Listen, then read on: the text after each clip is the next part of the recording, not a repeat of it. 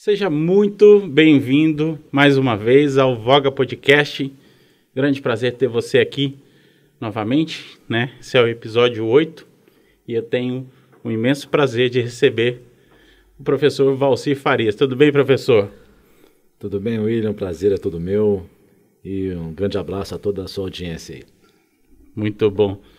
Professor, estou muito feliz de recebê-lo aqui, né? Primeiro porque considero um grande gestor, né? Vi a história da Faculdade de Ciências da Vida desde o nascimento até, né, os tempos de agora, ver no que se transformou, né? Então, eu queria externar essa admiração, né? E agradecer por ter aceito o nosso convite e vir bater esse papo aqui. Imagina, é uma honra, até porque você já está acompanhando desde quando era curso técnico, né? Até antes mesmo da gente ter autorização para virar faculdade, a gente começou com o processo lá em 2004 ainda, em 2006 a gente começou as primeiras turmas, mas você já trabalhava, já via o nosso trabalho ainda no curso técnico, né? E para a gente é um prazer muito grande e também ver aqui como que você acompanhou a evolução tecnológica e para mim é um prazer estar sempre aqui conversando com você. Que bom, professor, que bom. Uma história de muito tempo, né? A faculdade está há quanto tempo? Acho que primeiro, antes disso, desculpa a interrupção, eu atropelei aqui. Primeiramente, era importante você se apresentar, né? Dizer quem você é, o que você faz e, se possível, traça uma linha do tempo aí dessa sua evolução profissional para que as pessoas conheçam quem é o professor Valcir. Rapaz, linha do tempo é um negócio danado, né? Porque é muito tempo. Eu costumo brincar com os mais jovens que eu também sou jovem, só que eu sou jovem há muito tempo, né? Bom, então, meu nome é Valcir Farias, eu sou o diretor-geral da Faculdade de Ciências da Vida, estou na empresa desde 2003, então já se vão 18 anos, a faculdade começou como faculdade em 2006, mas já tinha os cursos técnicos, né? Antes disso, eu dirigi a unidade do Senac, aqui em Sete Lagoas, também dirigi a unidade da Coca-Cola Kaiser, aqui na cidade. Trabalhei no ramo de telecomunicações, no ramo de veículos, então a gente tem uma história aí já bastante extensa e sou consultor empresarial também na área de estratégia, marketing e processos. Eu sou administrador, tenho mestrado em administração e terminando agora o meu doutorado em administração.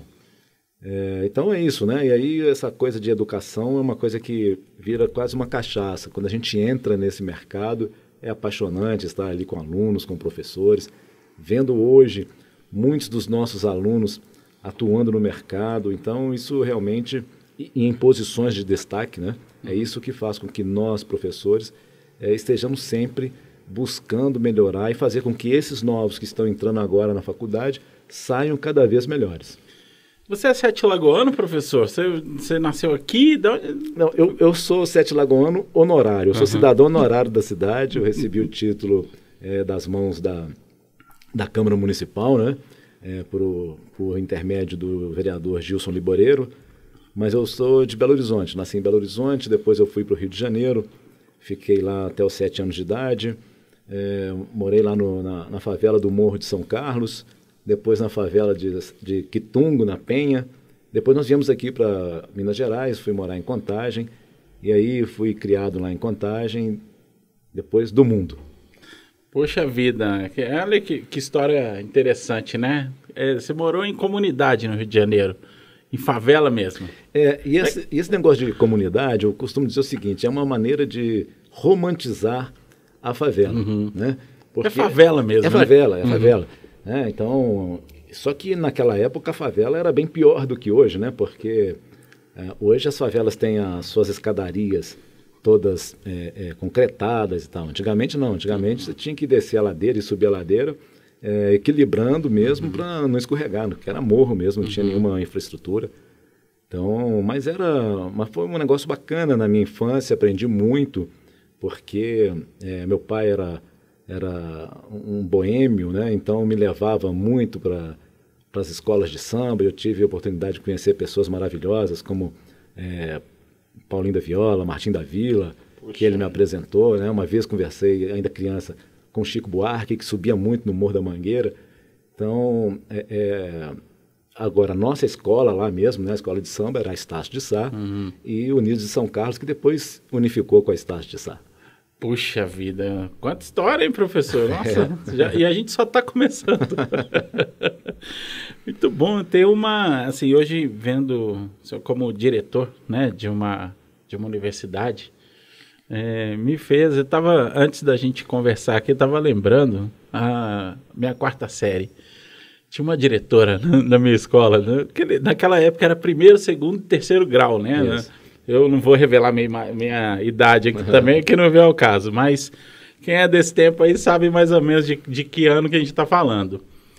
E na quarta série, quinta série, nós tivemos uma diretora, Dona Márcia, que era assim, antigamente, escola, os alunos respeitavam o professor. Sim. Então, silêncio absoluto e o tamanquinho da Dona Márcia ali circulando nos corredores. Você tem alguma recordação aí dessa fase do seu ensino? Como é que é a sua percepção? Realmente faz sentido esse negócio do comportamento dos alunos antes e agora?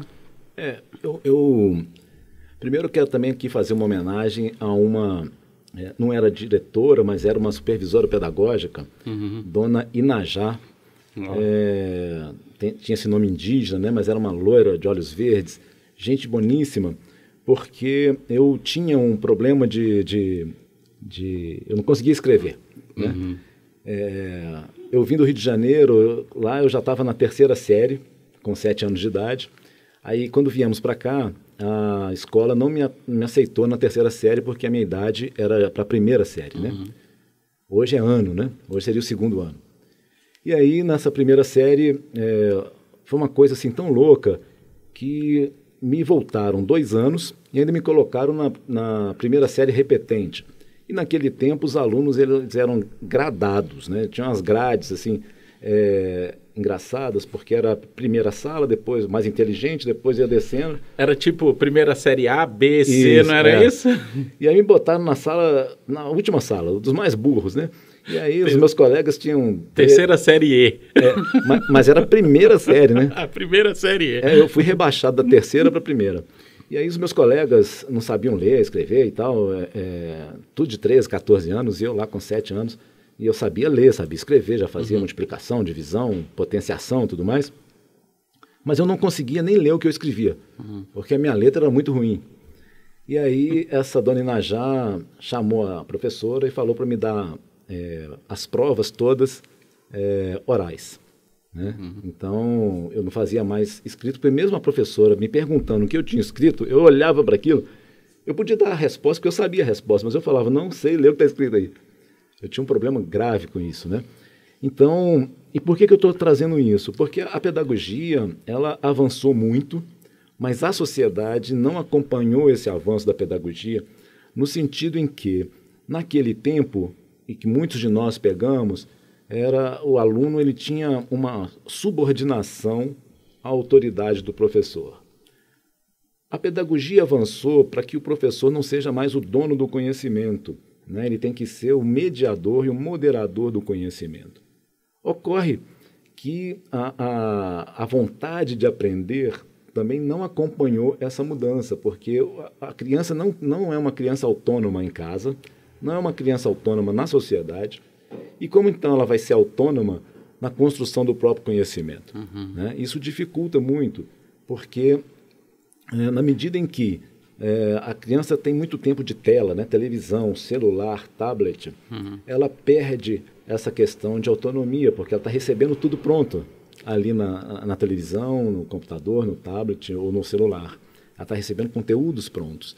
Então, a questão do não brincar, de não conversar, isso afeta sobremaneira na aprendizagem. Tem até um estudo do Canadá que fala da idiotização das pessoas, e principalmente das crianças, com o uso do celular.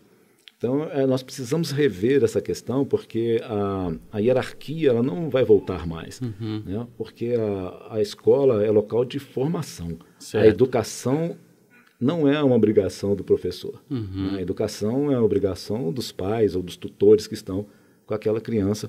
E aí vai para a adolescência, a coisa ainda aperta, e a gente cria adultos realmente sem essa questão da autonomia. E aí todas as faculdades, não só a nossa, têm que fazer um trabalho de recuperação e demonstrar para o aluno que ele é o dono do conhecimento e que o professor não está ali só para colocar o conhecimento numa mente vazia, porque essa mente não é vazia, ela está com uma história ali para poder aliar esse conhecimento que ele já traz pronto dele com o conhecimento que o professor está ali mediando. E eu tenho que concordar com o senhor que o que deveria ter trazido, né, para a sala de aula um comportamento de cocriação acabou sendo confundido ali com liberdade e praticamente hoje o professor ele não tem tanta autoridade mais dentro de sala, né, para conduzir. Aí você falou uma coisa importante, né, que muitas pessoas confundem a escola, o lugar de aprendizado, com o lugar de educação, sim, né, de educação, mas educação na prática, né, de como se comportar, de como... Sim. Né? E essa questão que você falou importante, William, a questão da cocriação do conhecimento.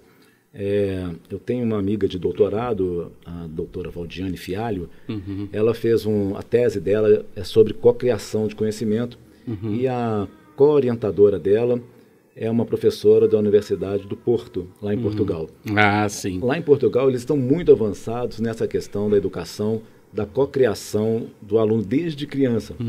E nós tivemos uma experiência lá na Faculdade de Ciências da Vida, que foi o Instituto V, uma escola infantil que a gente manteve até o ano passado, né? Em que os alunos eram autônomos, né? Então, por exemplo, no final da tarde, os nossos aluninhos faziam uma assembleia para poder avaliar o que eles tinham aprendido, como foi o comportamento de cada um deles e dos professores e nós, enquanto dirigentes. E a gente percebia como que os alunos cresceram nisso. Né? Então, era uma coisa assim, lindíssima, emocionante da gente fazer, que por questões financeiras mesmo, a gente não pôde continuar com o Instituto V, mas quem sabe aí a proposta pedagógica possa avançar em outro local. E olha, eu pude conhecer, e para mim faz muito sentido, né, esse início da educação, abordar não só matérias, mas também a parte comportamental de competências também, né? Acho que isso faz muito sentido nessa formação. Nós não tivemos acesso a isso, né? Quando na nossa formação ali, no ensino infantil, ensino médio, nós não tivemos isso, né, professor? Você acha que está muito distante disso acontecer e mais, né, pela sua experiência? O que você acha que precisa acontecer para a gente dar esse passo?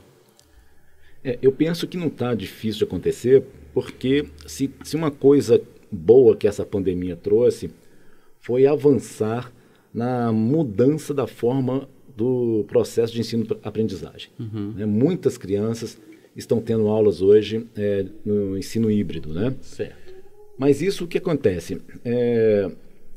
A Câmara de Educação Básica do Ministério da Educação, a Câmara de Educação do Ensino Secundário e Superior, elas têm diretrizes de educação que determinam que se trabalhe habilidades e competências. E dentro dessas habilidades e competências está previsto que se trabalhe com essas questões de valores, né? Valores citadinos, né? Transformar essas crianças e adolescentes em cidadãos. Ocorre que aí tem um outro detalhe, que quando você transforma a pessoa em cidadão, ela vai exercer essa cidadania, ela passa a entender que tem direitos, né? E passa a exigir do poder público esses direitos. E o poder público não está conseguindo atender. Tanto é que a gente percebe que na educação infantil, na educação básica, até o ensino médio, o resultado das escolas particulares são infinitamente superiores aos resultados das escolas públicas. O que eu acredito que deva acontecer, primeiro, é transformar as escolas completamente. As escolas não podem ser um depósito de despejo de crianças e adolescentes, as escolas públicas, né? Porque é muito difícil um professor de uma sala de escola pública conseguir passar, transmitir e mediar conhecimento para 60 alunos, 70 alunos numa mesma sala de aula. Né? Cada aluno ali tem uma história de vida. Então, as pessoas criticam muito a escola pública e criticam muito o professor da escola pública, mas não sabem o trabalho que isso dá. Na Inglaterra, por exemplo, as escolas, as salas de aulas têm no máximo 15 alunos. Né? A média é de 8 alunos para cada professor. No Canadá, nós temos uma média de 10 alunos por professor. Então, o professor sabe a história de vida de cada aluno, né? E isso aí ele pode sim fazer um trabalho mais profundo. Então, nós precisamos de construir escolas, treinar os professores, dar condições aos professores de se aprimorarem. Né? E, claro, nós temos hoje aí um dos mais baixos salários em dólar de professor do mundo. Né? Então, precisa realmente valorizar o professor, principalmente o professor da escola infantil e da escola básica. Você tocou num assunto que realmente, né, se faz necessário de rever, né, as prioridades, né, da questão da valorização. Porque a gente vê que no setor público, né, eu vou, né, ser bem franco, existe muito privilégio, né, em diversos setores. Porém, para os professores, né, parece que a gente está lidando com a última camada, né, quando se fala em remuneração, quando a gente fala também em formação, né, quando se fala em valorização até. Né? Então, isso me deixa profundamente triste, de verdade. E é triste porque, por exemplo, você foi franco e eu vou ser mais franco ainda. Nós temos aí alguns privilégios, tipo no judiciário, né? Juízes de primeira instância que moram na cidade e têm um salário aí acima de 20 mil reais, que poderiam pagar o seu próprio aluguel e ainda assim recebem uma verba aí de acima de 4 mil reais de auxílio moradia. Isso, só o auxílio moradia é maior que o piso salarial nacional do professor da educação básica. Então, isso é vergonhoso, né? Uma nação que não investe na formação da sua criança em termos de educação, ela está fadada ao insucesso no futuro. Porque nós precisamos investir na educação básica, precisamos investir na educação técnica. Né? Não adianta apenas formar somente pensadores, temos que formar também as pessoas que fazem, né? Os fazedores. Né? E há uma lacuna de profissionais técnicos no mercado, e como também há de profissionais de curso superior. Mas isso falta lá da base, esse investimento. Olha, concordo plenamente com o senhor. E, assim, os Estados Unidos, por exemplo, que, assim, eu não queria fazer comparações, mas, por exemplo, se você pegar ali, tem uma coisa que eu gosto muito, eu adoro carro, eu gosto muito de carro, gosto desses programas que fazem restauração e tudo. Quando você vê em nível técnico a formação de um mecânico, então ele está falando de coisas ali que não está relacionado apenas com a prática, né? Ele entende profundamente a questão da mecânica, então é possível entender. E assim, de forma geral, né, o mecânico lá ele é muito bem formado, tecnicamente bem formado. E também essa questão é ruim fazer comparação, né? Que a gente está num país de terceiro mundo e tudo, mas não tem como a gente não se inspirar e não se espelhar no que a gente vê que dá certo, né? E a importância da escola técnica no Brasil, você tocou num ponto fundamental, professor, que eu acredito que traria uma faixa de conhecimento extremamente importante, sobretudo prestação de serviços, né, nesses negócios locais. Faz sentido isso? Sim, faz. E quando você faz essa comparação com os Estados Unidos, o que acontece? O mecânico nos Estados Unidos, ele vai te dar informações e vai mexer alguma coisa no seu carro. Você chega e fala assim, olha, eu quero ganhar pelo menos 4 km por hora numa reta. Ele tem as noções de física suficientes para poder falar assim, olha, então nós vamos ter que colocar mais 3 ou 4 aerofólios, mini aerofólios aqui na dianteira, com um grau X de deslocamento, para você poder ganhar esses 4 km na reta. E isso é uma coisa simples de se fazer. Mas agora, na hora que compara também, vamos comparar então com o terceiro mundo, a educação no Uruguai e a educação na Argentina. A Argentina fez uma revolução educacional em 1911, então há 90 anos atrás. Né? O que eles fizeram? Eles pegaram o melhor modelo que tinha, e era o modelo estadunidense, pegaram os seus professores, Certo. E enviaram para os Estados Unidos para eles treinarem as melhores práticas didático-pedagógicas. Ficaram lá 3 meses, voltaram, o governo adiou o início do ano letivo, e aí começou-se então um processo de revolução na educação da Argentina. Hoje a Argentina lê quase 20 vezes mais que o Brasil, com uma população que é 1/3 da população brasileira. Né? O Uruguai também tem um sistema público de educação muito bom. Aí as pessoas vão falar assim, mas são países menores. Sim, são menores, mas a arrecadação também é menor. Né? Então o investimento do PIB nesses países na educação é o dobro do investimento do PIB do Brasil, né? Em termos percentuais, não em termos nominais. Porque talvez a cidade de Sete Lagoas deva ter quase o mesmo PIB do Uruguai. Né? Então, esse investimento na educação, ele é importante porque ele gera, primeiro ele vai gerar um cidadão mais consciente, e esse cidadão consciente é isso que falta nesse sistema nosso de entendimento. Esse cidadão consciente, ele consome mais e consome melhor. Ao consumir mais e consumir melhor, ele vai fazer com que a economia gire. E aí gera mais emprego. Gerando mais emprego, gera mais renda. Gerando mais renda, gera mais impostos, e o governo, então, pode investir e fazer suas obrigações com aqueles impostos recolhidos.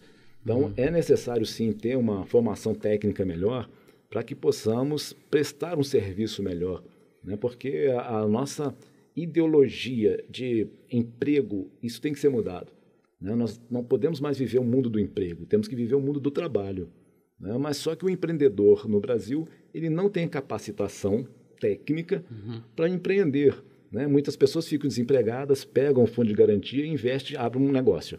Mas ele não pensou no todo daquele negócio. Quanto tempo que o dinheiro vai voltar? Que rentabilidade que eu quero ter? Né? Qual o índice de liquidez da minha empresa que eu tenho que ter? Ele vai a toque de caixa. O Brasil é o país mais empreendedor do mundo, mas também é o país onde as empresas mais morrem no mundo. A mais alta mortalidade empresarial do mundo é no Brasil. Aí foi ótimo você tocar nesse ponto, que eu realmente ia abordar isso com você, professor. E eu vou até tomar como exemplo a mim mesmo, né? Em 2004, eu abri uma empresa chamada Croma Vídeo, que era a Videominas, que hoje é Empírica, né? A mesma empresa. Eu vou dizer para você que tive muita sorte de estar vivo até hoje, né? O CNPJ tá vivo até hoje, porque... você falou uma coisa super importante. O empreendedor, ele não se prepara para ser empreendedor, né? Muitas vezes, eu vou falar por mim, né? A minha oportunidade de empreender foi realmente uma oportunidade, né? Veio para mim como uma oportunidade. E a construção da empresa foi feita de forma totalmente intuitiva. Eu não tinha a mínima noção de gestão, né? Processos financeiros, né? Marketing. Então, ainda bem que o mercado era aquecido, e ainda bem que tecnicamente, né, eu tinha habilidades e competências ali que, de alguma forma, as pessoas acabavam falando, bom, esse cara não é muito bom de gestão, não é muito, mas vamos lá, que o serviço dele é bem feitinho, né? E por outro lado, você vê, um arquiteto, ele não se torna arquiteto sem estudar, não tem como, né? Sim, e outras profissões também, né? Então, esse comportamento, né, no Brasil, eu acredito ser assim, qual que é o motivo disso, né? Qual que é a percepção de valor que o cara tem? Estou falando até por mim mesmo, não sei como, né, que a gente se veste de uma capacidade ali, não, agora eu vou ser empreendedor e vou para frente, né? Você faz a gestão de uma universidade, né? A gente viu o crescimento desse conglomerado, né? Hoje a FCV é uma referência em Sete Lagoas, e isso tem muito a ver com gestão, né? Tem muito a ver com essa habilidade de conduzir, de entender os números, né? Como é que a gente transforma um curso técnico em uma universidade do tamanho que a FCV hoje? Como é que foi essa façanha, professor? Ainda mais no interior de Minas. Isso é uma história engraçada, porque quando eu saí do Senac, aí a Aline da ANC, me apresentou para a Denise, que era a dona do Centro de Estudos Terceiro Milênio na época, e aí ela me pediu uma consultoria. Aí eu prestei consultoria lá de 1 mês e tal, e ela então me fez um convite para eu ficar. E tinha 78 alunos. E eu falei, mas vai ficar, qual que é o objetivo e tal? Eu falei, quero montar uma faculdade. Aí eu falei, você é doida, porque é muito dinheiro que tem que colocar no negócio. E ela falou, não, mas não tem esse dinheiro para colocar, não. Falei, então vai ter que ser um crescimento endógeno, né? Vai ter que ser a partir do que a gente arrecadar aqui. E assim foi. Investimos muito. Primeiro, buscamos saber qual era o nosso público-alvo, investimos muito na captação de alunos, crescemos muito nos cursos técnicos, tínhamos várias fragilidades, e isso é importante, né? Conhecer qual a sua fragilidade. Né? Em administração a gente chama de análise SWOT, né? Ou em português FOFA, né? Que você saber as suas forças, suas fraquezas, as suas oportunidades de mercado e tal. Então, fizemos essa análise, crescemos, e aí, 2 anos depois, entramos com o processo da faculdade. Começamos aqui na Rua Campinas, 417, atrás do Corpo de Bombeiro, com apenas 3 turmas. Né? Começamos em novembro de 2006 com o curso de Psicologia e Enfermagem. Já tinha uma visão. Vocês começaram o Centro de Estudos Terceiro Milênio, já tinha uma visão de formação técnica, não é isso? Sim, eram cursos técnicos. Cursos técnicos. Da área da saúde. Isso, né? Perfeito. Nós tínhamos 5 cursos. E aí foi uma administração de custos mesmo, né? Porque fizemos um planejamento estratégico de, no início, ser muito centralizado, né? Bem centralizador mesmo, e depois de 5 anos, dentro do nosso planejamento, de dar autonomia para as pessoas poderem caminhar com as próprias pernas dentro da empresa, que hoje funciona assim.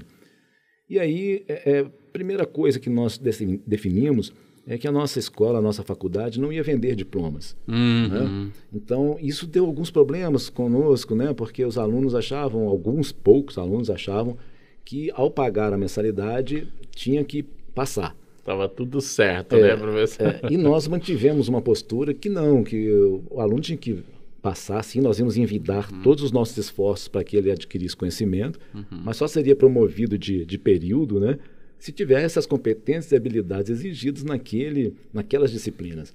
Perdemos alguns alunos no início, mas isso foi muito bom, porque trouxe milhares de alunos. Né, pela seriedade.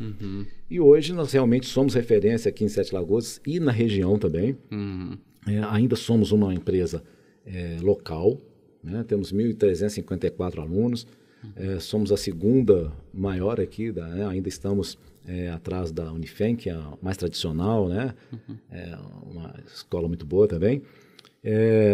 Mas as pessoas me perguntam, né, qual o seu grande talento para fazer isso aí? Qual que é o segredo? E primeiro que não tem segredo, né? A gente conta mesmo. A minha grande vantagem, o meu grande talento nisso aí foi escolher as pessoas certas para trabalhar do meu lado. Né? A nossa equipe é uma equipe maravilhosa, tanto de professores como do corpo técnico administrativo e os prestadores de serviço autônomos também. São todas as pessoas que compram realmente os valores da Faculdade de Ciências da Vida. Então, isso facilita muito. Você vê, nós temos lá funcionários que estão conosco há 18 anos, há 19 anos. Né? A minha secretária está há 7 anos comigo, a Bárbara. Então, são pessoas que trabalham com prazer, que saem de casa com prazer para ir trabalhar. Ou, nesse momento de pandemia, levantam cedo para ligar o computador em casa para trabalhar com prazer, né? Porque nós temos uma missão, e a missão é formar os profissionais capacitados que superem as expectativas do mercado. Né? Então, a cada semestre, todas as faculdades colocam no mercado vários profissionais, mas nós não podemos formar profissionais iguais aos que nós já formamos. Então, isso vai fazendo com que nós modifiquemos cada vez, né, cada semestre, as nossas estratégias para poder formar esses profissionais. Então, foi isso, foi a seriedade do trabalho mesmo. Crescemos devagar, num crescimento muito endógeno, mas com muita consistência. Muito, acho que eu sempre costumo dizer que o médio consistente é melhor do que aquele que é extremamente, né, brilhante, mas não tem consistência. Não adianta, né, ser extremamente brilhante, né? E também o seguinte, né, esse negócio de crescer rápido, o Paulo Guedes andou aí falando umas coisas, né, que a retomada ia ser em V, né? E a gente está vendo que não está sendo em V, não está sendo nem em U, né? Nós estamos ainda na linha muito horizontal de crescimento, né? Quase zero e tal. Então, quando você cresce muito rápido, você traz muitos problemas porque não dá tempo de você adquirir conhecimento sobre o negócio suficiente, né? Então, hoje, nós temos muito claro o que é o nosso negócio, o que nós não queremos fazer, né? Então, tem projetos. Então, a coisa é bem administrada por isso, porque todo mundo sabe o que tem que fazer.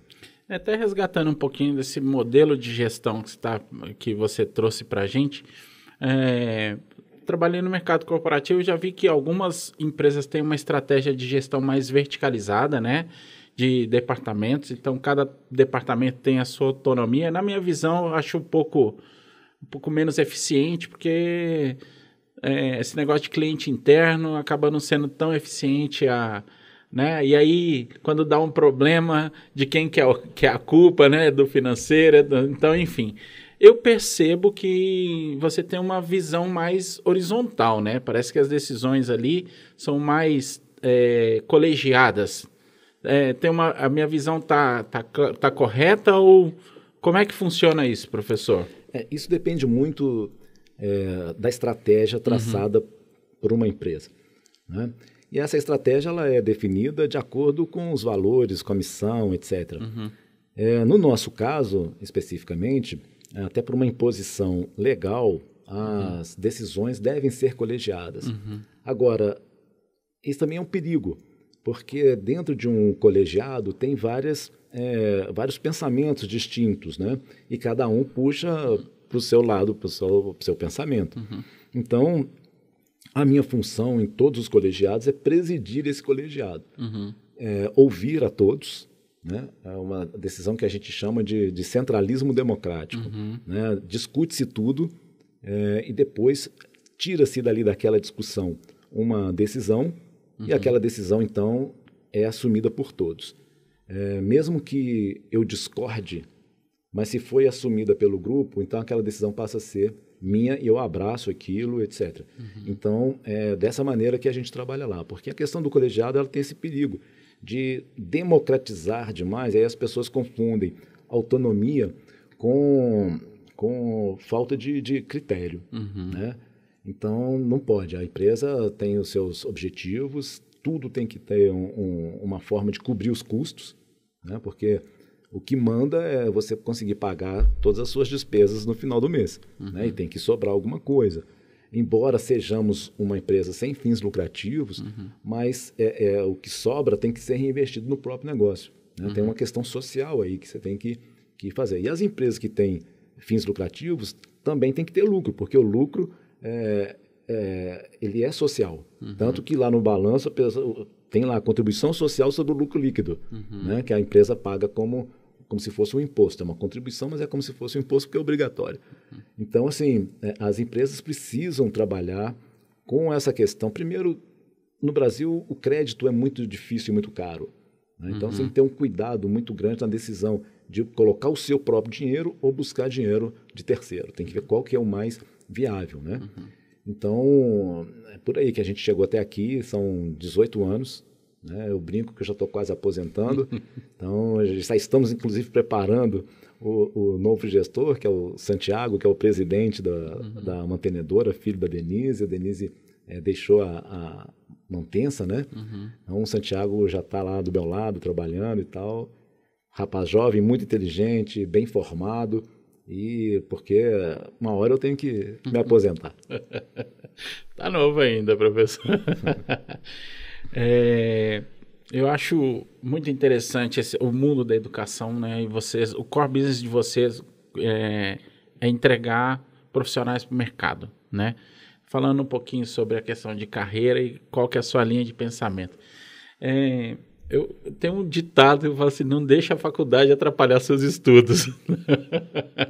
Que muitas vezes quando você tem, né, você vê que nem sempre a pessoa ela vai exercer profissionalmente aquilo que ela estudou, né? Mas lá na Faculdade de Ciências da Vida já tem a maioria dos cursos tem uma finalidade, né, mais de mercado, assim, tipo psicologia, enfermagem, né, assim. Eu vejo pouca gente não indo para o mercado de trabalho nesses cursos, né? A administração acaba generalizando, né? Economia também, outros, mas até nas engenharias, até engenharia eu vejo muito engenheiro, gestor, né? Treinador, porque são mentes realmente diferenciadas. Mas como que você vê essa questão de carreira, professor? E o que você estudou? Você estudou administração, né? Qual que foi a sua formação? Eu brinco que eu sou administrador puro sangue. Primeiro eu fiz o curso técnico em administração, depois eu fiz graduação em administração, mestrado em administração e agora o doutorado em administração. Neste intervalo eu fiz alguns cursos de pós-graduação, maioria deles voltados para a área de administração, né? E saíram 2 cursos que eu fiz que não tem muito a ver com a área da administração, mas me ajudou muito na área, que foi de psicologia social e de filosofia da ciência. Certo. Os outros todos da área de administração, né? Gestão de recursos humanos, gestão financeira, gestão de processos, gestão de marketing, pesquisa de mercado, etc. São 12 cursos de pós-graduação nesse intervalo aí entre a graduação, o mestrado e o doutorado. 12 pós-graduações. 12 é isso mesmo? Isso, Você dorme quando, professor? Eu durmo pouco, rapaz. Tem dia que eu... Nós estamos falando de um homem casado, com filhos, né? Sim, casado com a minha Débora, está assistindo. Um beijo, amor. Teodora, minha filhota, que é um furacão dentro de casa. Mas aí é o seguinte, eu durmo tarde, né? E acordo tarde também. Acordava, né? Antes de Teodora, eu acordava mais tarde. Agora não, agora das 6h30, 7 horas, aí mete o bico na porta e entra lá. Mas voltando à questão da carreira. Bom, primeiro que é o seguinte, hoje em dia as pessoas entram muito cedo na faculdade, né? Aí a gente fala, mas desde sempre entra com 18 anos. Só que antigamente as pessoas tinham uma expectativa de vida de 40, 50 anos. Né? Hoje, essa geração que hoje está aí com 18 anos vai viver mais de 110 anos. Né? Então, caramba! Então, hoje a expectativa do brasileiro é de 73 anos. Né? Então, com 18 anos, a pessoa vai definir o que ela vai ser para os próximos 50 anos. Né? Às vezes dá certo, como foi no meu caso. Eu sou apaixonado por administração. Né? Tanto que eu insisto com as pessoas que façam o Conselho Regional de Administração, né, que se registra e tudo mais. Eu participo de congressos nacionais, internacionais da área e tal. Tem artigos publicados. Mas a questão da carreira, a profissão, às vezes, ela pode ser uma coisa que atrapalha o estudo se a pessoa, o estudante, tiver um foco só. Porque as coisas modificam. O conhecimento ele é muito dinâmico. O que eu aprendi lá na minha graduação hoje modificou totalmente. Né? Então, por exemplo, quando eu estudei administração na graduação, a coisa mais linda que tinha chamava-se reengenharia. Hoje, se você chegar numa empresa e falar em reengenharia, você está fora. Não, isso é passado, isso não existe mais. Não deveria nem ter acontecido os fatos que necessitam de reengenharia. Né? Então, hoje as pessoas falam de indústria 4.0, mas na Europa e Estados Unidos estão falando da indústria 5.0, né? E nós não chegamos na 4.0 ainda. Então, assim, você tem que estar sempre um passo à frente. Eu tenho o prazer de dizer que a gente faz um acompanhamento dos egressos, né, da Faculdade de Ciências da Vida, e apenas 3% dos nossos egressos, ou seja, aqueles alunos que se formaram, não estão no mercado na profissão que se formaram conosco. Poxa vida, olha, eu estou surpreso com esse número, viu? É um número muito alto. A gente tem um grupo de pesquisadores institucionais no Brasil inteiro, de várias universidades do Brasil, e eles também ficam surpresos. Né? Primeiro porque, o que acontece? Como eu falei no início, que a gente não está para vender diploma, né? Ficam realmente os alunos que querem realmente exercer a profissão. E nós temos um diferencial que é colocar em todas as profissões, inclusive essas mais técnicas, como engenharia mecânica, engenharia química, biotecnologia, farmácia, administração e contábeis, nós temos disciplinas mais de humanas também. Né? Então, por exemplo, isso é tão lindo para mim que a minha filha nasceu aqui em Sete Lagoas pelas mãos de enfermeiras formadas comigo. Então, se eu tiver que colocar a minha vida na mão de um profissional formado na Faculdade de Ciências da Vida, eu coloco tranquilamente, porque eu sei os profissionais que eu formo lá, né? Então, os profissionais que se formam lá têm essa paixão, e é isso que a gente quer que eles tenham, paixão pelo que faz.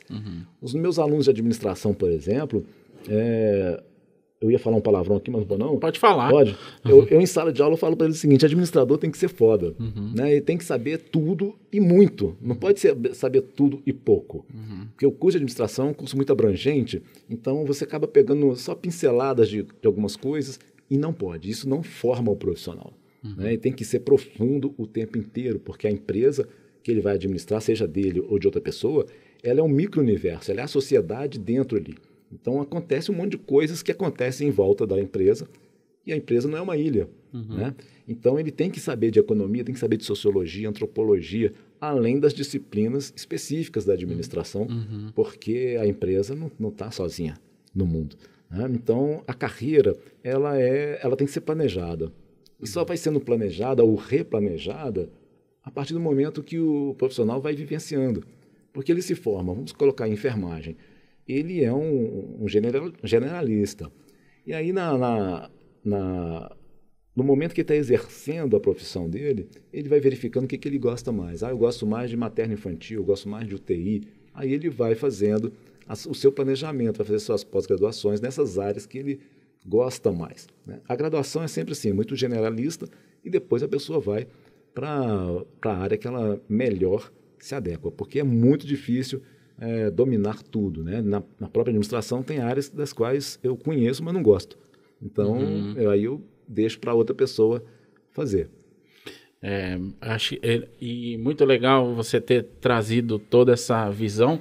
Eu não sei se a gente pode atribuir esses números tão bons com os cursos, mas, por exemplo, a administração, que você citou, que é um curso que tem lá, né? Sim. Vocês têm administração, é um curso que realmente nem sempre a pessoa vai realmente para a carreira ali de administrador, né? Então, realmente muito, muito surpreendente. Eu fiquei bastante surpreso com isso.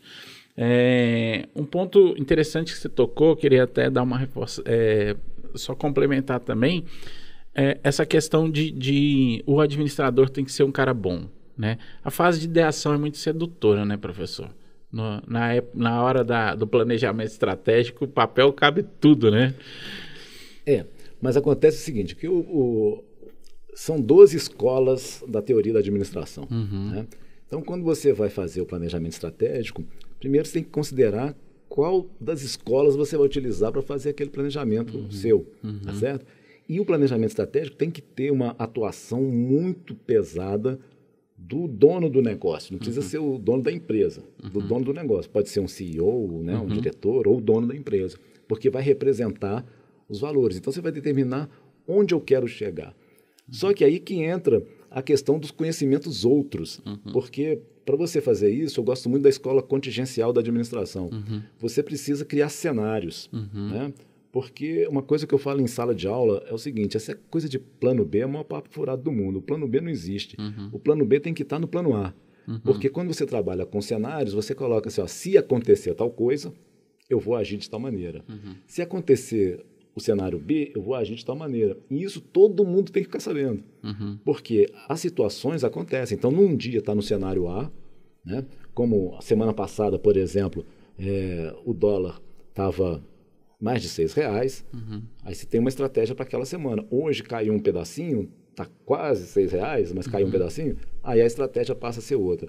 Não dá para ser uma estratégia engessada.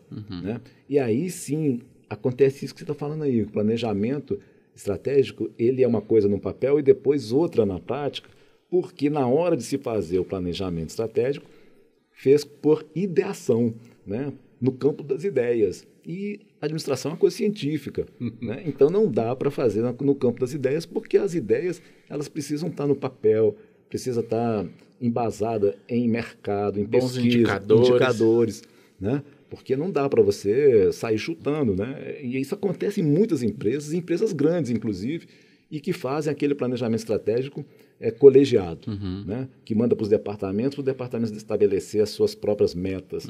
E aí, só que os departamentos não têm os números que a alta gerência ou a alta direção tem. Então, como é que eles vão fazer? Aí vai no chute. Queria trazer um conceito aqui de um autor que eu gosto muito, Nassim Taleb. Ele fala de um tema chamado o Evento do Cisne Negro. Não sei se você conhece, professor, mas ele coloca cenários, né, eventos que podem matar seu negócio, né? Nós estamos vivendo a pandemia. Estou trazendo esse evento, vou deixar o link do livro na descrição aqui para quem quiser aprofundar um pouquinho nesse assunto. E a importância do gestor, do empreendedor, ele realmente se calçar de conhecimento. Eu vou citar o exemplo da Ale. A Ale tem uma hamburgueria, ela é da área de tecnologia, ela é formação de tecnologia, de TI, cabeça extremamente exata, pragmática. O marido montou a hamburgueria, tá? Então, o negócio do marido começou a dar certo. E ela viu que ela podia contribuir ali com as habilidades e competências dela, né?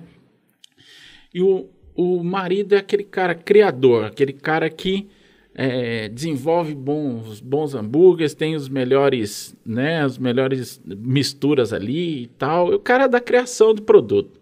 E ela é a mulher dos números, indicadores e tal, não sei o quê. Olha só como é importante, né, a pessoa se calçar de informação e de realmente entender a fundo o negócio. Quando iniciou a pandemia, o negócio deles é 100% delivery, 100%.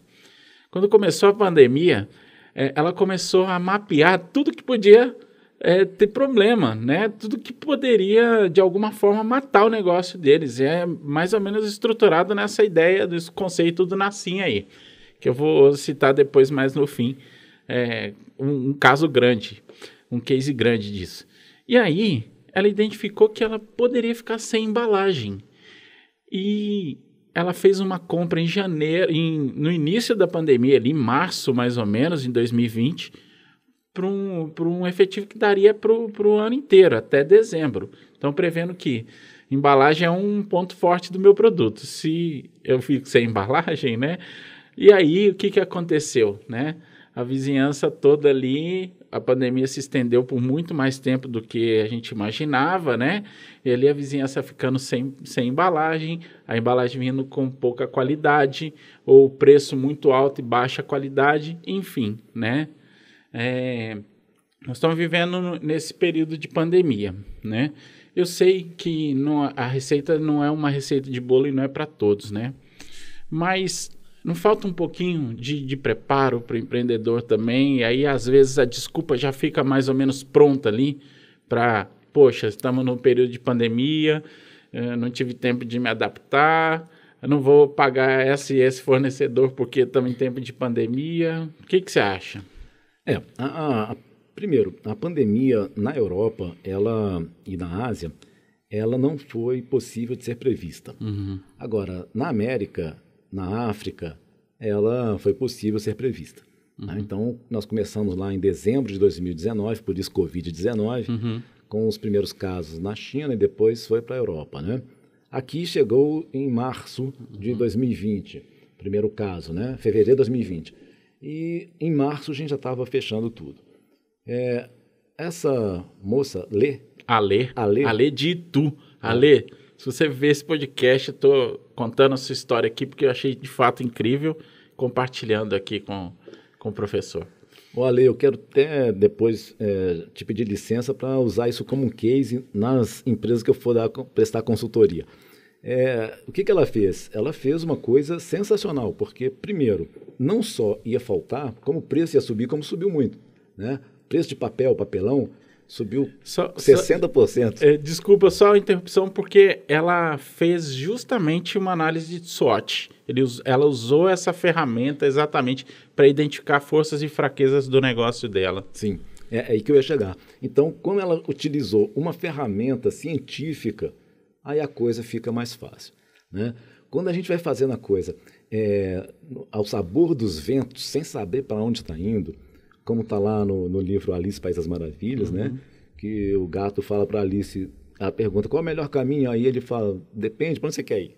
Né? Porque para quem não sabe onde quer ir, qualquer caminho serve. Então, parabéns, Alê, sensacional, até arrepiei aqui, muito bacana. E essa questão do planejamento, da pandemia no Brasil, tudo que está acontecendo empresarialmente, em termos até de governo também, tudo era previsto. Né? Nós não fizemos as ações públicas que precisávamos fazer, e aí fica esse negócio de abre e fecha. Abre e fecha, fecha um pouquinho, os índices melhoram, abre de novo, os índices pioram. E isso para a empresa é péssimo. Então teria sido melhor fechar tudo como a Austrália fez. Semana passada agora a Austrália já teve shows sem máscara e todo mundo liberado porque eles controlaram a pandemia na Austrália. Né? Porque fizeram um fechamento geral logo no início, né? E vacinação geral também assim que a vacina saiu. Então, e essas coisas a gente não conta, né? A gente não vê. Porque a Austrália, embora seja um país evoluído e tal, mas não tem essa importância que tem para a gente como tem aqui os Estados Unidos, a Inglaterra e tal. Então, o planejamento ele é importante. Só que o planejamento ele não é uma coisa estática. É isso que tem que levar em consideração. O planejamento ele muda todo dia. Porque a única coisa fixa no planejamento é a sua missão, né? Onde você quer chegar, a sua visão de futuro. O restante é tático. E as pessoas confundem o planejamento tático com o planejamento estratégico e aí não mudam a tática. Ou seja, continuam fazendo as mesmas coisas e aí ao invés de manter o objetivo, muda o objetivo. Adapta o objetivo ao momento tático. Né? Eu brinco muito assim, ó, eu quero viajar no final do ano. Quanto fica? Fica R$ 1.200, então tem que guardar 100. Aí chega no meio do ano, eu tenho que ter 600, aí eu tenho 300. Ao invés de modificar a minha poupança, eu modifico para onde eu vou. Então, se com 1.200 eu ia para a Bahia, agora eu não vou conseguir chegar no final do ano com 500, então eu vou passar aqui em Matosinhos. Né? Ou seja, muda o objetivo. Aí qualquer planejamento vai para o espaço, porque o objetivo é algo para ser alcançado, não é para ser modificado.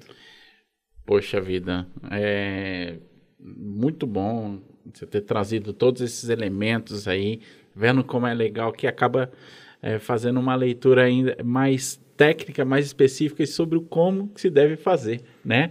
E o Nassim Taleb, ele cita um exemplo clássico que é não sei, dependendo da idade da pessoa, não vai nem saber o que é Blockbuster. Você já alugou fita de vídeo na Blockbuster? Videocassete, Blockbuster era a maior rede de fitas de videocassete do mundo. Exato. Eu vou entrar um pouquinho nesse assunto porque eu quero trazer um pouquinho da era exponencial e depois a gente passar para a era da experiência. Então, o que acontece? O Netflix, né, ele propôs para que a Blockbuster, que era uma rede de locação de fitas, né, que dominava o mercado, propôs investimento, né, que participasse das ações da Netflix e enfim. E aí não foi aceito, né, a proposta não foi aceita e, por outro lado, também eles não acreditavam, né, que a Netflix se tornaria viável um dia, né, as pessoas assistiriam filme por streaming, né. Mas a história não acaba só aí. Além do Netflix ter se tornado um player e em pouco tempo a Blockbuster ter quebrado, né? A Netflix ainda foi além.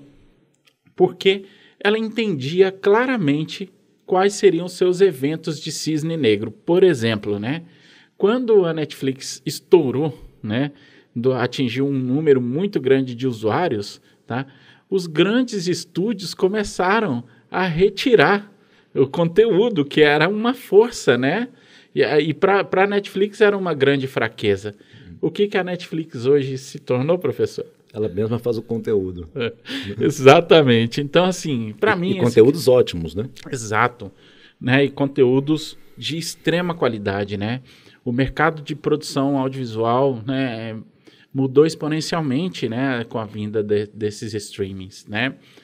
E é muito legal ver isso na prática, ver como é importante você ter uma formação, você está olhando para o seu negócio. Esse negócio que você falou é muito importante. Você ter um planejamento estratégico é só o start, é só o kick-off do negócio. Depois o processo é dinâmico, tem que olhar para mercado, olhar para o que pode matar o seu negócio, né? E aí, esse é o grande recado, né? Você tem que construir um negócio capaz de matar o seu negócio todos os dias. Essa é a grande mensagem, né?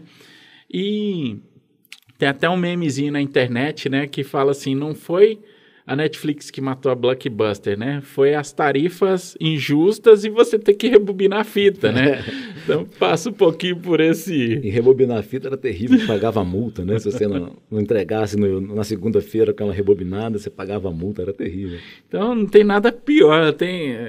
Vai ter gente que assiste esse podcast aqui, ou ouve, né? Ou ouve aí nas plataformas, que possivelmente não passou por isso, não sabe o que é uma fita VHS, acho que não sabe nem o que é um DVD. Não sabe nem foto, né? Antigamente tinha a Kodak, tinha filme para poder tirar foto. Mas esse livro da questão dos eventos do Cisne Negro, do Nassim Taleb, ele faz uma questão muito interessante, que é trazer uma grande parte da teoria das organizações, que é uma teoria muito densa, em exemplos práticos de uma leitura leve. Perfeito. Né? Então, por exemplo, tem um livro que chama Safari da Estratégia, que trata dessas questões, mas de maneira muito técnica. Né? Então, para quem não é da área de administração, não é da área da teoria das organizações, fica uma leitura pesada. Na Nassim Taleb, já traz a coisa mais leve, né? O Nassim coloca isso, uma coisa mais leve de entender. Então, eu gosto desses autores talentosos que não trazem nada de novo, mas trazem inovado, né? Uma coisa que já está aí, mas não adianta estar aí se o conhecimento não atinge a pessoa. Então eles trazem de maneira mais leve para poder pessoas que não são da área entender também. A importância do exemplo prático, né, professor, na construção do conhecimento, né? Porque, de fato, melhora, né, ali a capacidade de aprendizado, até são coisas que eu não esqueço, né? Então, se fosse uma coisa mais conceitual, talvez seria mais difícil de lembrar e entender a aplicação, né? E a gente foi para a era do exponencial, né? Então, Vale do Silício, Uber, Airbnb, né? Uber, que é a maior empresa de transporte que não tem nenhum carro. Agora tem os autônomos lá, mas não tem nenhum carro. Airbnb, que é a maior rede hoteleira que hospeda, não tem um quarto, não tem um lençol, na verdade, sequer. Né? Então, a era do exponencial veio, né, com modelos de negócio disruptivos, né, professor? E nós estamos falando de uma geração diferente, né, de pessoas diferentes. Agora a era da experiência. Tem o novo rico, né? O novo rico, ele não quer ter uma Ferrari mais, ele quer poder ir lá na Itália, dar um rolezinho de Ferrari, depois largar ela por lá e viver outras experiências. Como é que é formar essas pessoas, professor? Você teve, né, acesso a diversas gerações aí. A faculdade existe já há quantos anos? 15 anos? Como faculdade, 15 anos. 15 anos, pois é. Então, vocês tiveram, né, formaram pessoas de gerações distintas, né? Que tem percepção de valor diferente e tem também um modus operandi diferente, um status quo diferente. Como é que é lidar com essa diversidade, professor? Isso exige um grau de adaptação muito grande, né? Principalmente de nós, professores, em sala de aula ou fora dela, porque muitos de nós, professores, estamos professores porque tem uma vaidade de estar ali, tem uma vaidade, né, de estar na frente ali, demonstrando conhecimento e tudo mais. Agora, temos que adaptar o tempo inteiro, e as empresas onde os nossos professores trabalham exigem isso, que se adaptem. Então, no nosso caso específico, em que os nossos professores, além da formação acadêmica, também têm uma experiência grande de mercado, eles demonstram para esses jovens que nós, que não somos tão jovens quanto eles, tivemos que nos adaptar, então eles também precisam se adaptar. E tem uma questão muito interessante. Agora, na minha tese de doutorado, nós fizemos uma pesquisa com 1.506 consumidores no Brasil inteiro, em todos os estados e o Distrito Federal. E demonstrou na pesquisa que a questão do uso da tecnologia e da internet, ela é mais alta na faixa etária entre 18 e 24 anos, e olha só que coisa bacana, e acima de 60.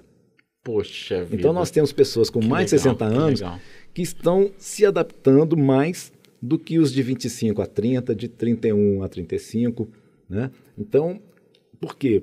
Porque são pessoas que viveram momentos disruptivos a vida toda, né? São pessoas que antigamente passava telegrama, né? Você vai falar para um jovem o que é um telegrama, ele nem sabe o que é, né?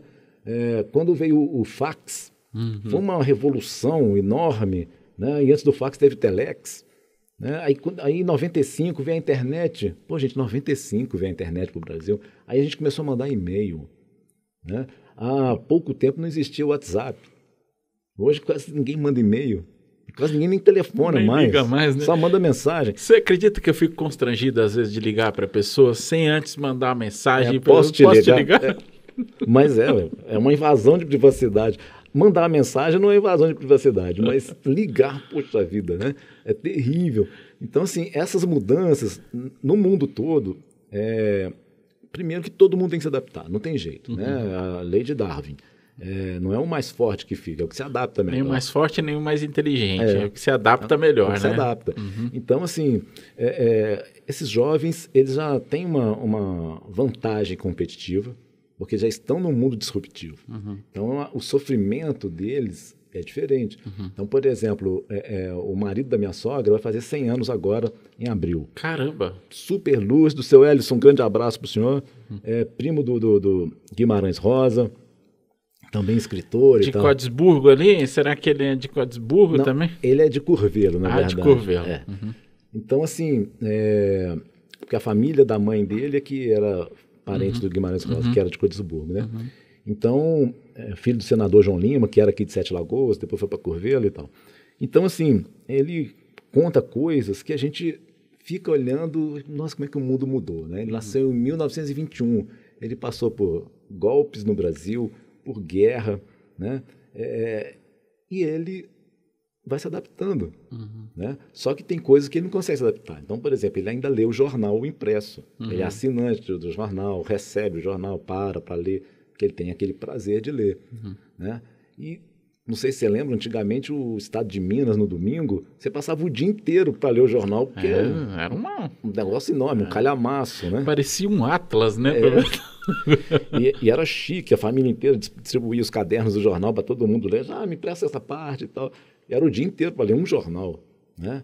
E aí aquilo, na verdade, era uma revista, porque ele fazia a revisão da semana toda, né? Então, assim, as coisas têm que se adaptar. Hoje, ninguém mais, eu acho, lê jornal impresso, né? As notícias vêm. E aí tem essa questão de, como as notícias vêm, vem muita notícia falsa, né? Tanto no WhatsApp, quanto na própria internet mesmo. E aí que tem que ter o conhecimento adquirido, né? Formal ou não formal, o conhecimento não precisa ser só da escola, né? Para poder saber filtrar essas informações que chegam para a gente, né? Porque senão a gente acaba voltando num período pré-iluminista, em que um grande líder falava alguma coisa e todo mundo seguia, né? Então nós tivemos aí guerras cristãos contra muçulmanos, porque um líder falava, pessoal invadiu Jerusalém, precisamos lá recuperar Jerusalém. Chegava lá, não tinha invadido nada, eles só estavam lá como estão até hoje. Então, a gente precisa ter conhecimento, um conhecimento vário, né, para poder saber filtrar o que recebe de informação, inclusive na sala de aula. Eu falo para os meus alunos, não tem que acreditar no que eu estou falando, não. Você tem que verificar se o que eu estou falando faz sentido ou não. Duvidem do que eu estou falando, né? Eu falo para eles, duvidem do que eu estou falando. Eu acredito que as metodologias, né, ativas, elas têm migrado muito para o professor como facilitador, né, e não o detentor, aquele cara que faz o conteúdo expositivo e depois avalia, né? Então, o cenário, pela minha percepção, né, da inovação da educação, tem caminhado por essa questão do professor mais como facilitador, professor. Essa percepção está correta? É a percepção que está correta e o que tem que acontecer. Ainda falta um espaço para ser percorrido nisso aí, para poder avançar. É isso que eu queria entender, porque a prática é diferente, né? Assim, talvez o desejável, né, não é sempre o possível, né, dentro de sala. Não é só o professor que tem que se adaptar, né, os alunos também têm que se adaptar, e para acontecer é uma troca, né? E a sociedade tem que adaptar também, porque a sociedade, boa. Nós não temos uma cultura social de leitura. Na primeira vez que eu tive em Paris, eu entrei lá de bico na Universidade de Sorbonne. Uma universidade maravilhosa, das mais tradicionais do mundo. E entrei de bico, entrei numa sala de aula lá, tinha 800 alunos. Caramba! 800 alunos. 800 alunos em uma sala. Em uma sala. Todo mundo em silêncio. Todo mundo em silêncio. O professor entrou, aquele típico francês, cara de chato, escreveu lá no quadro uns 30 títulos e ao final ele escreveu: qualquer dúvida me procura na minha sala. E foi embora. Ninguém reclamou. Foi todo mundo começando a abrir lá os livros que já tinham. Ninguém saiu de sala e ficou estudando. Caramba. Aí eu não tinha nada para fazer, eu estava de bico lá, né? E aí desci, fui passear, aí encontrei um rapaz num ponto de ônibus, na Rua das Escolas, que chama lá, né? Rue d'École, lendo Kant. Aí eu puxei assunto com ele, atrapalhei a leitura dele, que eu precisava de informação do ônibus, né? E ônibus em Paris naquela época era muito difícil pegar, era muito complicado. Cada cartão era por cor. Então vinha um ônibus lá de uma cor, se o cartão era de outra cor, não servia e tal. Hoje eles mudaram isso. E aí, eu conversando com ele, aí perguntei para ele em qual faculdade que ele estudava. Ele falou que não estava na faculdade ainda, ele tinha 16 anos, lendo Kant. Caramba. Então, por quê? Porque tem outra cultura de educação. Né? Fui passear no Museu do Louvre, aí tinha as crianças tendo aula, crianças mesmo, de 7 anos, tudo sentadinho lá, tendo aula de história dentro do Museu do Louvre. Então, o que acontece? Quando a pessoa tem a cultura social de buscar o conhecimento, aí sim fica mais fácil, por exemplo, do professor ter, no caso a metodologia ativa, a sala de aula invertida, por exemplo. Né?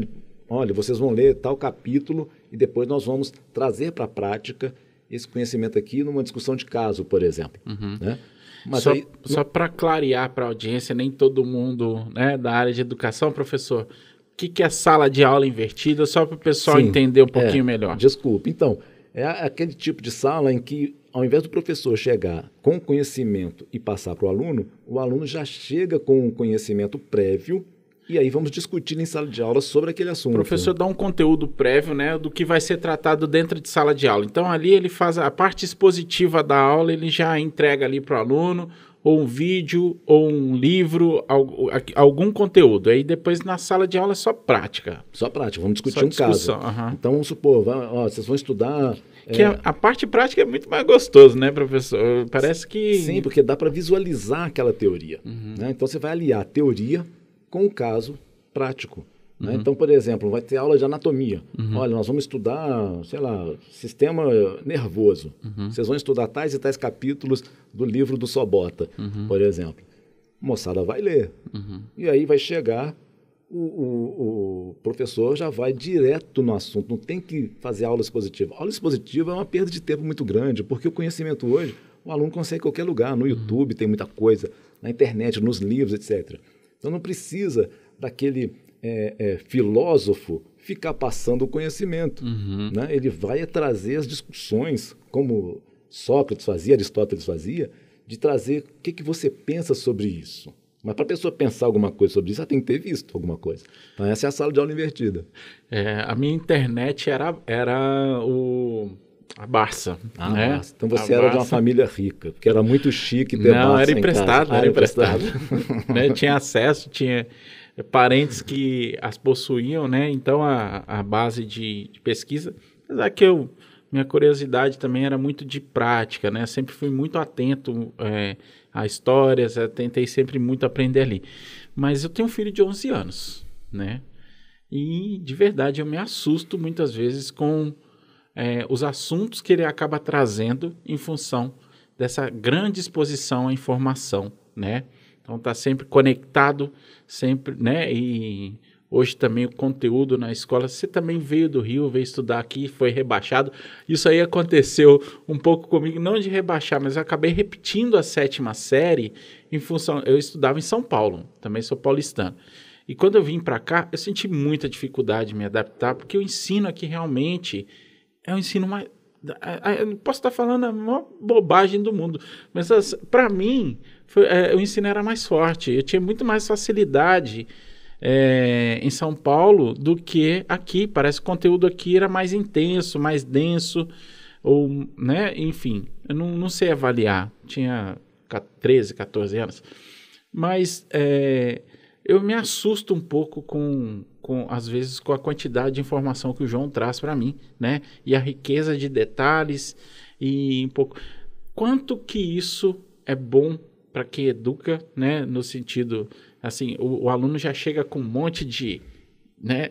De conhecimento de acumulado. Conhecimento acumulado, enfim, né? Como que isso é bom para quem forma essa galera? Eu acho excelente. Primeiro porque faz com que nós, professores, tenhamos de acompanhar essa evolução do conhecimento. Né? Porque o que acontecia antigamente? Se um professor falasse, e o professor tem uma autoridade, né? É uma autoridade simbólica, né, em termos de conhecimento. Então, se um professor falasse alguma coisa que não estivesse dentro da verdade científica, aquilo virava uma verdade para aquele monte de aluno. Né? E aí, hoje não. Hoje o professor fala uma bobagem, o aluno chega e fala, professor, não é isso não, na mesma hora, está aqui, ó, na internet, não é isso não. Né? E isso já aconteceu, inclusive, comigo. Eu já dei várias disciplinas na Faculdade de Ciências da Vida e já dei aulas em outras faculdades também. E uma vez eu falei uma coisa e o aluno, na mesma hora, professor, não é isso não. Está escrito diferente aqui. Aí eu falei, esse site que você está falando é o site tal e ele está equivocado. Se você for mais 2 páginas para frente, aí você vai encontrar o site científico de onde eu estou falando. Então, ou seja, eu também tenho que ficar pesquisando sobre o que eu vou falar, porque tem muita coisa errada na internet também. Né? E isso também gera conhecimento, só que é um conhecimento equivocado. Né?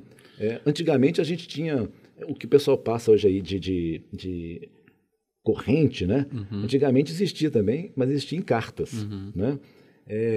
E vinha cada coisa assustadora, né? Sua mãe vai morrer e tal, se você não passar para frente e tal. E a mesma coisa hoje, só que hoje é engraçado, né? Então, esses conhecimentos, eles têm que ser realmente acumulados e lembrando que o conhecimento, ele não é definitivo, ele é efêmero, né? Ele vai mudando aos poucos. Tem poucas coisas na humanidade que permanecem, e aí são dos gênios. Né? Aí nós estamos falando de Descartes, de Kant, de Nietzsche, aí tudo bem, são gênios, né? Marx, etc. Agora, outras coisas não, as coisas mudam e mudam todo dia. E que bom que mudam, né, professor? Ainda bem. Que bom que mudam. Um passarinho verde me contou aí que está vindo um livro. É isso, professor? Então... É verdade. Eu tinha um livro escrito há muitos anos, e estava guardado na gaveta e tal. Depois ele foi para a editora. Essa editora faliu, não editou o livro. Agora uma nova editora assumiu o passivo dessa que faliu, entraram em contato comigo. E então, dentro aí de 100 dias, vai estar lançado o meu livro. É um romance. Posso falar o título aqui? Claro, por favor. Tem direito a um jabá aqui? Na verdade, poxa, é uma honra, né? Poder... Em primeira mão, ninguém sabe isso. Uma honra. O Voga está recebendo em primeira mão aqui um presente do professor. Em primeira mão, ninguém sabe, só minha mulher que sabe. Então, agora, falando para todo mundo. Então, agora, dentro de 100 dias, 120 dias no máximo, vai ter o lançamento do livro. É um romance filosófico que... O título é O Alvorecer de uma Lágrima Suja. Então, só o título já chama atenção, né? Porque a lágrima é uma das excreções mais puras que nós temos e dificilmente ela se suja. Né? É uma história que traz incesto, sexo, droga, e tudo discutido à luz da filosofia. Olha, né? incrível. É um personagem que está se confessando com o padre, né, ali nos estertores da morte. E para ele se defender de tudo de ruim que ele fez com várias pessoas, ele vem trazendo discussões filosóficas com o padre. Então, é um livro que tem 3 visões. A primeira visão é desse personagem, a segunda visão da sobrinha, com a qual ele teve uma relação incestuosa. E aí ela traz uma visão totalmente diferente dos mesmos fatos que ele apresentou, também numa discussão filosófica. E a terceira visão é da empregada que o acompanhou a vida inteira e traz uma terceira visão totalmente diferente das duas anteriores. Qual é o objetivo disso? É que a verdade, ela nunca é absoluta. Poxa vida. Cada um traz a sua própria verdade e a gente não é dono da verdade, a gente é dono só da nossa verdade. Professor, e esse livro, ele vai vir um bom momento, né? Porque em tempos de polarização, onde as pessoas, né, julgam tanto, né? Eu vejo discussões absurdas. Não vou entrar muito nesse detalhe de política, mas assim, só um ponto aqui, muito rapidamente, a gente vê as pessoas discutindo muito como as coisas acontecem, né? E polarizando. Ah, eu sou azul, vem para o lado azul, eu sou vermelho, vem para o lado vermelho. E o que e o porquê? Eu não vejo as pessoas... Então, né, as pessoas acabam gastando muita energia com discussões que não levam a lugar nenhum. E tem muito a ver com esse conceito, né? Existe a minha verdade, existe a sua verdade, existe a verdade absoluta, né? A verdade... existe uma terceira verdade. A terceira verdade, né? Muito legal isso. E isso é perigoso, porque quando a gente se aferra na sua própria verdade, na nossa própria verdade, você desconsidera o outro. Exato. Né? E não tem jeito de ter vida em sociedade se você não considerar as diferenças. Né? Tem que respeitar o outro e o outro vai te respeitar. E realmente nessa polarização que está acontecendo, a gente vê coisas absurdas. Né? Por exemplo, o caso da vacina. Né? Pessoas que eram contra a vacina porque o presidente era contra a vacina. E ontem o presidente passou a ser a favor da vacina. Aí essa moçada fica perdida, agora todo mundo é a favor da vacina. Então foi um passo bom que agora todo mundo pelo menos entra em acordo. Né? Porque não é possível que aquelas pessoas que eram a favor da vacina, porque o presidente agora ficou a favor, vão ser contra. Ninguém vai fazer isso, né? Eu acho muito importante essa questão de poder discutir as coisas, né? Na verdade, de debater as coisas sem que elas se tornem um conflito, né? Afinal de contas, cada um tem direito de fazer da forma como acredita ser melhor, né? E aí acaba sendo realmente um cenário triste, mas vamos falar de coisa positiva. E o debate não pode virar embate. Exatamente. Né? O debate é rico, né? É muito bacana. Eu já participei de congressos da área de administração, por exemplo, em que você está apresentando lá o seu estudo, feito bacana, tudo bacaninha, aí chega um outro professor e detona com seus resultados, mas tudo cientificamente. Acabou ali, sai para almoçar, brincando, amigos, né? Então, assim, isso acontece muito. Por quê? Houve só o debate, não foram para um embate e muito menos para o combate. Olha, que incrível. Se você está assistindo esse conteúdo aí pelo YouTube, né? Queria já deixar aqui de antemão o meu pedido para se inscrever no canal do Voga. Nós vamos ter sempre aí uma pessoa foda conversando com a gente aqui, né, debatendo os mais variados assuntos, né? Ontem a gente tinha o Buraco aqui, que é um cara da música, um cara sensacional, pagodeiro, de mão cheia. Hoje nós estamos aqui com o professor Valcir, né, uma pessoa que admiro muito, a capacidade de gestão, e o que fez pela educação aqui na cidade também, né, realmente uma referência. E então se inscreva no canal aí, importante isso. Se você estiver ouvindo por um dos nossos canais de podcast, também assina.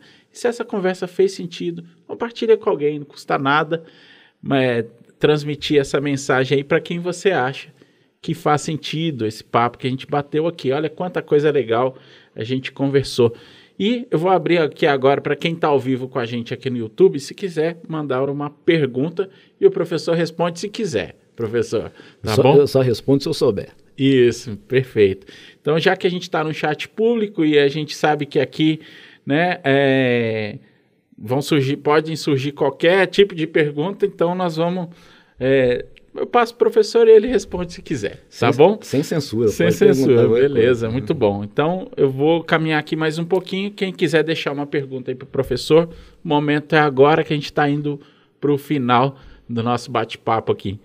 Professor, da favela a um escritor, um diretor de universidade, né? Cara, até arrepio. Qual que é o sentimento, cara? Olha, sentimento de tranquilidade, sabe? E aí muitas pessoas às vezes tentam usar esse meu exemplo de vida para falar de meritocracia. Só que aí eu discordo, né? Porque meritocracia não existe, porque depende muito de onde você partiu. Quantos que estavam lá comigo na época que estão hoje na mesma situação que eu? Pouquíssimos, né? Talvez só eu. Né? Muitos, infelizmente, entraram para o mundo do crime, né? Ou da prostituição. Então, o meu sentimento é de tranquilidade. Agora, o que me ajudou? Né? Ajudou muito a Dona Ercília, minha mãe. Né? Uma pessoa de muita garra, que me acompanhava muito. Né? O meu pai era um boêmio, alcoolista, né? Morreu cedo de tanto beber, 51 anos de idade quando ele morreu. Então, ele não foi assim, um grande exemplo do que eu tinha que seguir. Embora eu amasse muito, mas ele era o exemplo do que eu não devia fazer. Né? Mas minha mãe sempre mostrou caminhos dentro da sua ignorância, ignorância formal, né? Ela era gari, lá em Contagem, mas batalhamos muito, né? E ela sempre, essa questão da administração, acho que veio da minha mãe, porque ela era muito desorganizada com dinheiro. E eu passava muitos apertos, desde 8 anos de idade, ajudando a trabalhar, capinando, engraxando e tal. Então eu que tomei conta do dinheiro. E meu pai, né, nas bebedeiras dele, falava: rapaz, você é o homem dessa casa. E eu, com 8 anos de idade, carregava esse peso, mas foi tranquilo. Então, hoje tenho um sentimento assim, de tranquilidade, de agradecimento mesmo às pessoas que me cercaram e que me ajudaram. Mas também tenho que fazer uma homenagem aqui a uma pessoa que se chama Wenner Alpoim Oliveto, que é dono da pizzaria do Toninho, lá em Belo Horizonte. Ele foi o meu chefe, meu gerente lá em 1980 e poucos, né, 85, 84. E ele foi a pessoa que bancou a minha primeira promoção. Né? Eu tinha 19 anos, ele me promoveu e falou: olha, todo mundo aqui é mais velho que você, então agora você vai ter que mostrar muito mais do que você já mostrou, porque ser chefe de gente mais experiente, com mais tempo de casa, é mais difícil. E ele me ensinou muito e eu aprendi muito também. Então, isso eu não vejo assim como uma coisa grandiosa, porque para mim foi tranquilo, né? Hoje é tranquilo. Mas esse caminho foi um caminho tortuoso mesmo, porque o mundo do crime está sempre muito próximo ali das pessoas que estão em situação vulnerável, né? E é mais fácil você entrar nesse mundo do crime. Então, eu tive uma oportunidade de não entrar. E também teve a questão aí do meu avô. Meu avô tinha uma biblioteca enorme e ele era o cão chupando manga. E a gente, às vezes, não tinha o que comer em casa, ia ter que comer na casa do meu avô, e ele não gostava que a gente fosse lá comer, sabe? E aí eu pegava os livros e ficava lendo, para na hora que ele saísse, que ele já era aposentado, a minha avó pudesse dar alguma coisa de comer pra gente. E o danado não ia embora de jeito nenhum dali, que ele ficava vigiando. Aí eu tinha que ler vários livros. Aí, por exemplo, com 14 anos eu li a primeira vez, eu li Marx inteiro, o Capital. Aos 19 anos que eu fui ler de novo. Já li a terceira vez e estou tendo que ler a quarta para ver se eu entendo, né? Então eu tive esse acesso forçosamente, né? Mas foi uma questão tranquila para mim. Então hoje o meu sentimento é de tranquilidade mesmo, de olhar para trás e falar aquela frase da música do Gonzaguinha, né? O menino desceu o São Carlos, pegou no sono e partiu. Pensou que era um guerreiro, esse sou eu. Sensacional. Tem tanta coisa que eu gostaria de ter abordado. Eu sei que você é um cara que gosta de música, né? Gosto. De vez em quando eu faço raiva nos outros aí no Facebook com as minhas músicas aí. Nós vamos ter que fazer uma segunda rodada disso aqui, professor. Olha, vai ser um prazer. Muito bom. Pessoal, muito obrigado aí pela presença. Professor, olha, não tem palavras para agradecer a generosidade, né? Ter compartilhado tanta coisa boa com a gente aqui, conhecimento, história, sentimentos, né? E entregar esse presente aí para a gente também, que é o anúncio do livro em primeira mão. Então, eu fico muito feliz e muito grato também pela sua participação aqui com a gente. William, eu que agradeço. Um grande abraço para todo mundo. Quem sabe uma próxima vez a gente conversa mais. Vamos sim, vamos conversar. E para quem ficou até agora, um grande abraço, muito obrigado e a gente se vê no próximo episódio do Voga Podcast. Até breve.